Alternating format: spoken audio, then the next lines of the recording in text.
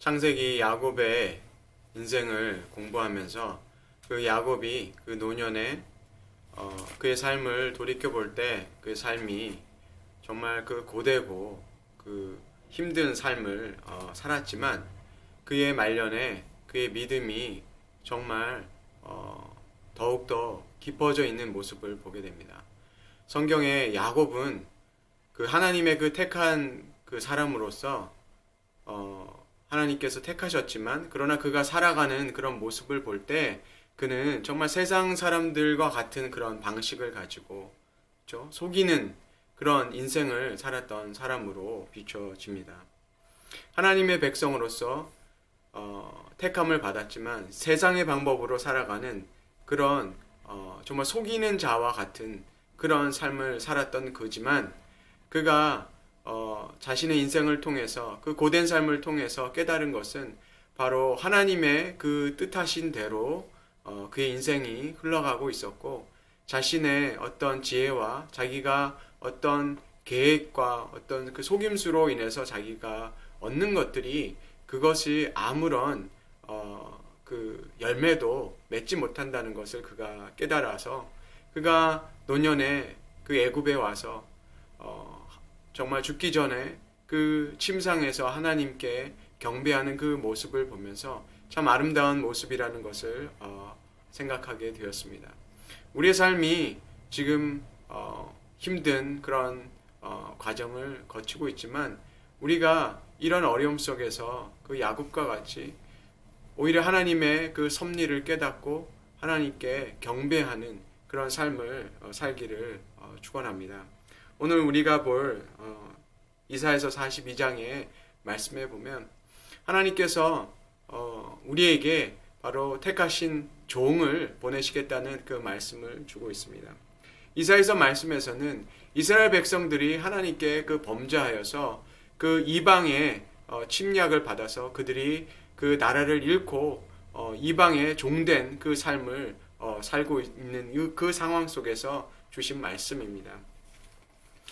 이스라엘이 하나님을 예배하는 하나님의 백성들이었지만 그들이 추구했던 것이 바로 이 세상의 그 영광을 취했기 때문에 그들은 하나님의 말씀을 순종하기보다는 이 세상의 신, 이방의 신들을 동시에 섬기는 그런 삶을 살았기 때문에 하나님께서 그들을 이방의 그 손에 넘겨주실 수밖에 없었습니다.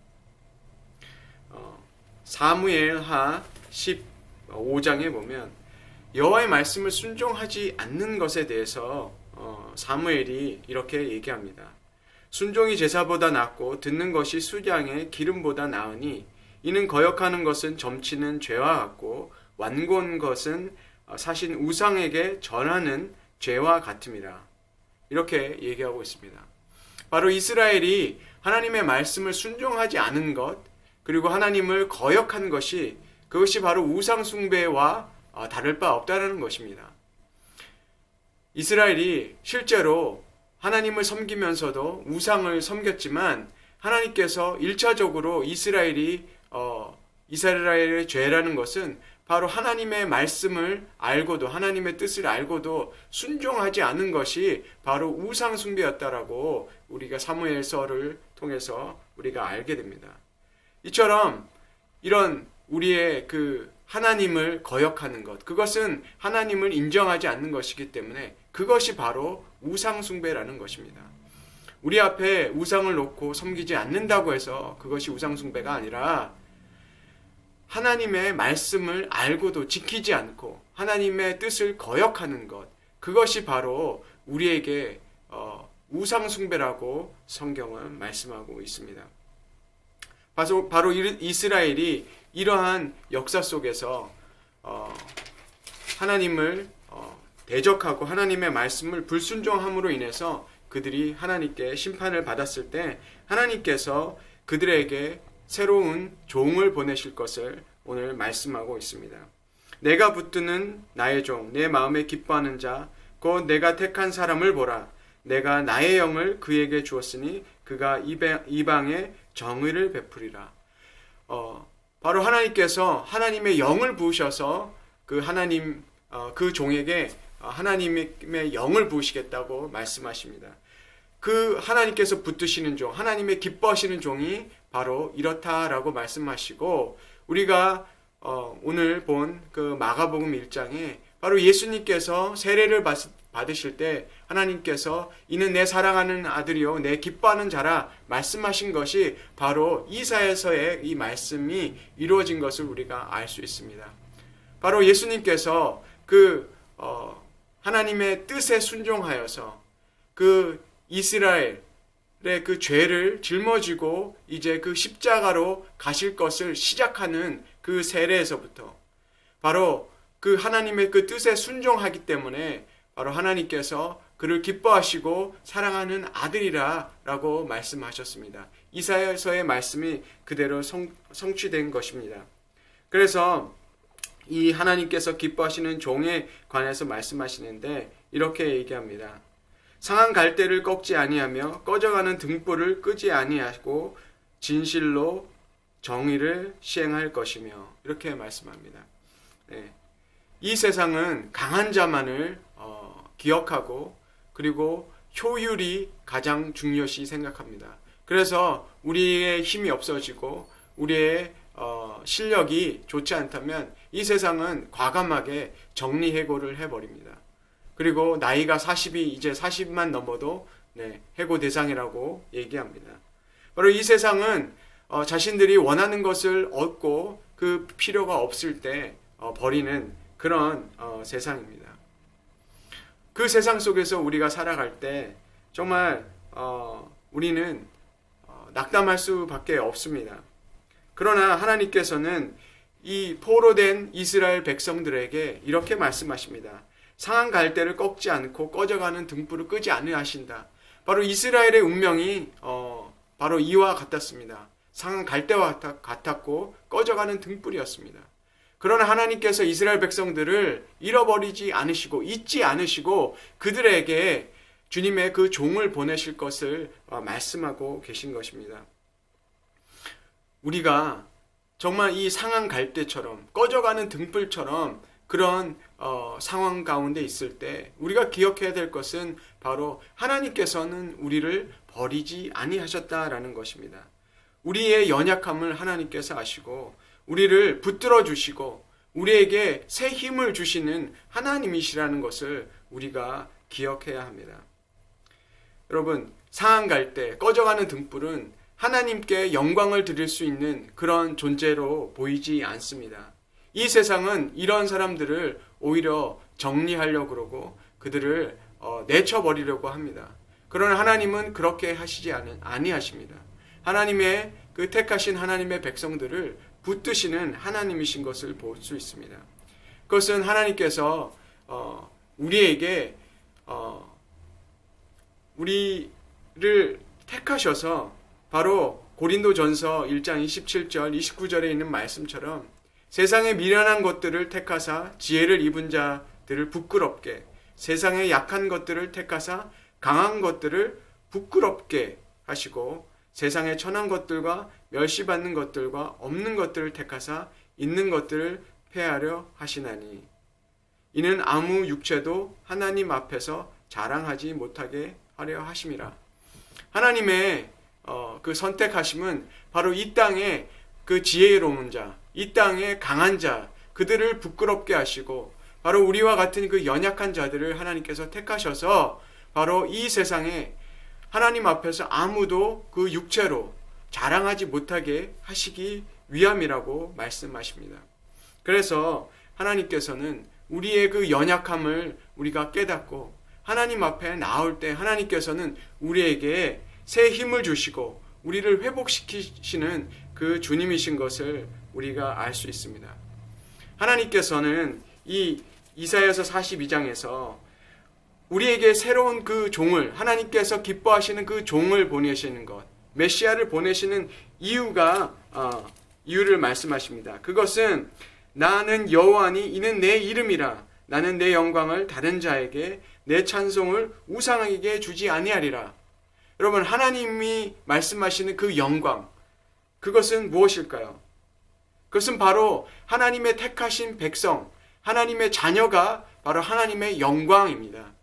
그렇기 때문에 하나님의 그 택하신 자녀들을 하나님께서는 그 우상에게 빼앗기지 않으시겠다는 것입니다. 우리를 돌이키시고 하나님께로 돌아오게 하신다는 것입니다. 하나님께서 하나님의 자녀를 통해서 받으시는 영광은 바로 하나님의 자녀가 하나님을 드러내는 그런 삶을 살아갈 때, 하나님의 법을 지키고 그 말씀에 순종하는 자로 살아갈 때 그것을 하나님께서 영광이라고 여기신다는 것입니다. 왜 이스라엘이 그 영광을 빼앗겼습니까? 그들은 정말 사울과 같이 이 세상의 좋은 것들로 하나님을 섬기려고 했습니다. 그리고 그들이 보는 것으로 눈에 그 화려하고 이 세상의 부와 영광을 가지고 하나님의 영광을 드러내고자 했기 때문에 오히려 하나님께서는 그들의 바치려고 하는 제사를 거부하셨고 그들이 바치려고 하는 영광을 받지 않으셨습니다. 오히려 그들이 하나님께 영광을 드리려고 했었던 이 세상의 것들은 하나님께서 오히려 거부하셨고, 그렇게 한 이스라엘은 오히려 이방의 정말 노예로 나라를 잃고 그 수치를 당하는 그런 삶을 살게 되었다는 것을 우리는 성경을 통해서 알고 있습니다. 하나님께서 우리에게 원하시는 것은 바로 하나님의 말씀에 순종하고 그 순종을 통해서 하나님을 드러내는 그 자들을 하나님께서 원하신다는 것입니다. 그것이 바로 우리가 하나님께 드려야 될 영광이라고 성경은 말씀하고 있습니다.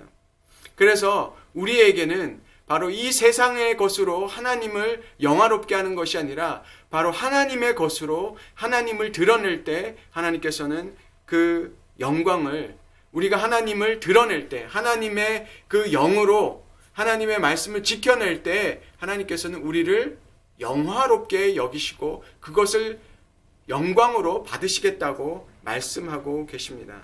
그래서 우리가 하나님의 말씀을 떠났을 때 그것이 바로 우리가 눈먼 자가 된 것이고 우리가 바로 그 어둠에 갇힌 자가 되는 것입니다.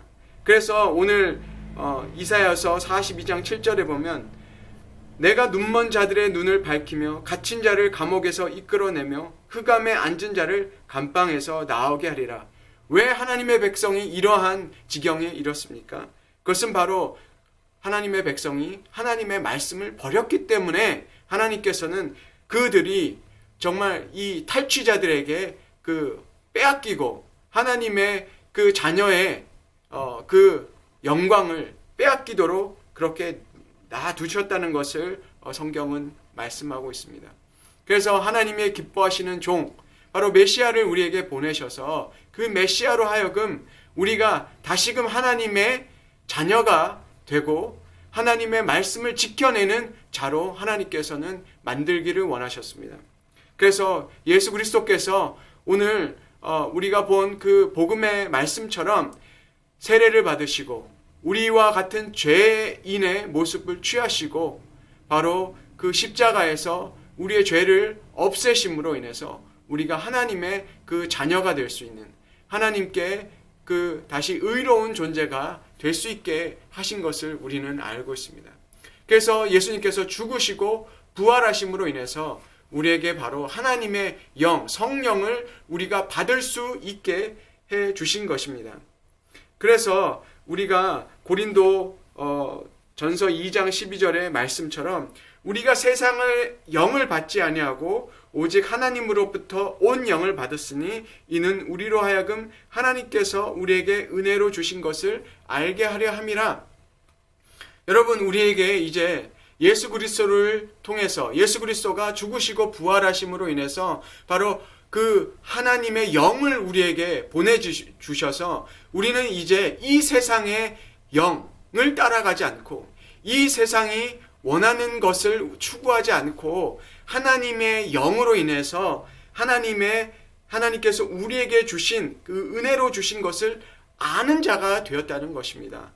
우리가 하나님의 영이 있기 때문에 이제는 더 이상 그 어둠의 길에, 그리고 우리가 그 감옥에 갇힌 그 어둠의 권세가 우리를 그 감옥에 가두고 우리가 그런 어둠 속에서 이 세상이 원하는 것을 따라 살아가게 하시지 않는다는 것입니다. 바로 세상에 그 영이 주는 것은 바로 우리에게 그 악이고, 그 악이 있는 곳에는 하나님의 평강이 없다고 이사야서는 말씀하고 있습니다.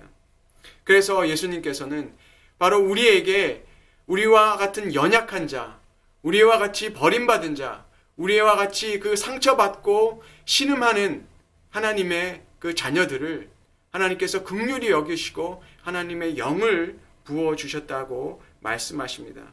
그래서 예수님께서 이렇게 마태복음에 이렇게 기도하셨습니다.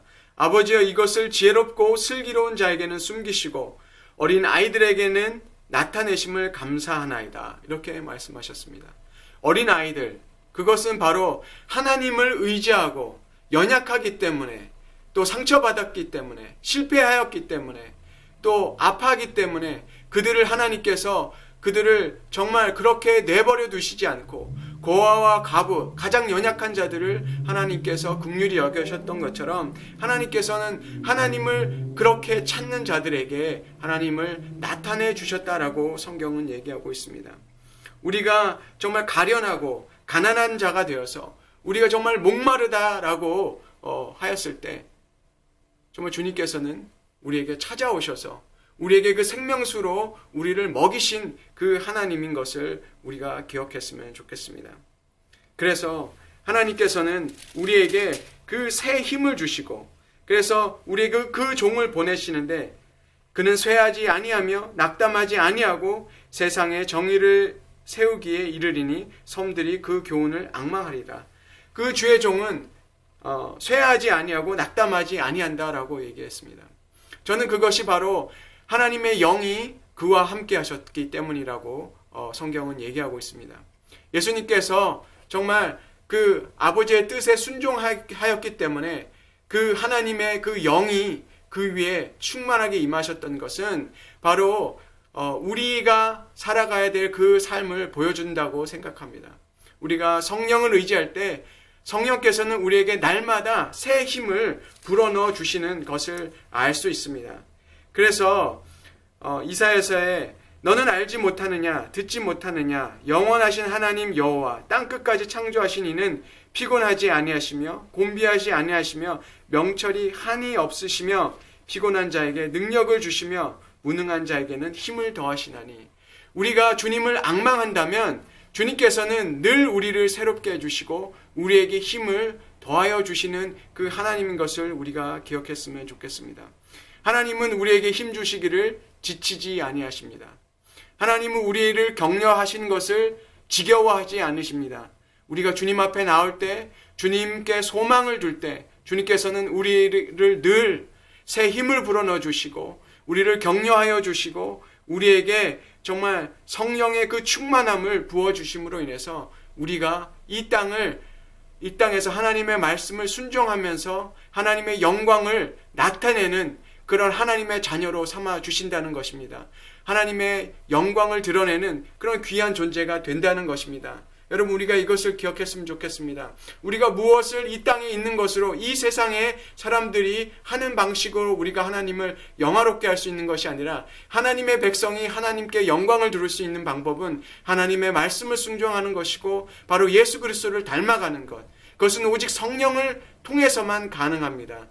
정말 성령께서는 우리가 하나님께서 은혜로 주신 것을 깨닫게 하여 주시고 우리가 그 은혜로 깨닫게 하신 것을 정말 붙들고 나아갈 때 우리에게 하나님의 영광이 함께 하신다는 것을 우리가 기억하면서 우리가 하나님의 영광의 그 찬송을 드리는 그 존재로 우리 모두가 정말 다시 한번 일어나기를 간절히 원하고 이 팬데믹의 어려운 상황 속에서도 정말 성령이 우리와 함께 하시니 우리가 그 성령을 의지하고 하나님을 예배할 때 그리고 하나님의 말씀을 성령으로 인하여서 깨닫고 또 지켜낼 때 우리 위에 하나님의 영광이 충만할 것이고 그것을 통해서 하나님께서 우리를 정말 기뻐하시고 이는 내 사랑하는 아들이요 내 사랑하는 자녀라 하는 그 말씀을 우리가 매일 들으며 우리가 주님께 영광 돌리며 우리가 기뻐하는 그런 삶이 되기를 주 예수 그리스도의 이름으로 축원합니다.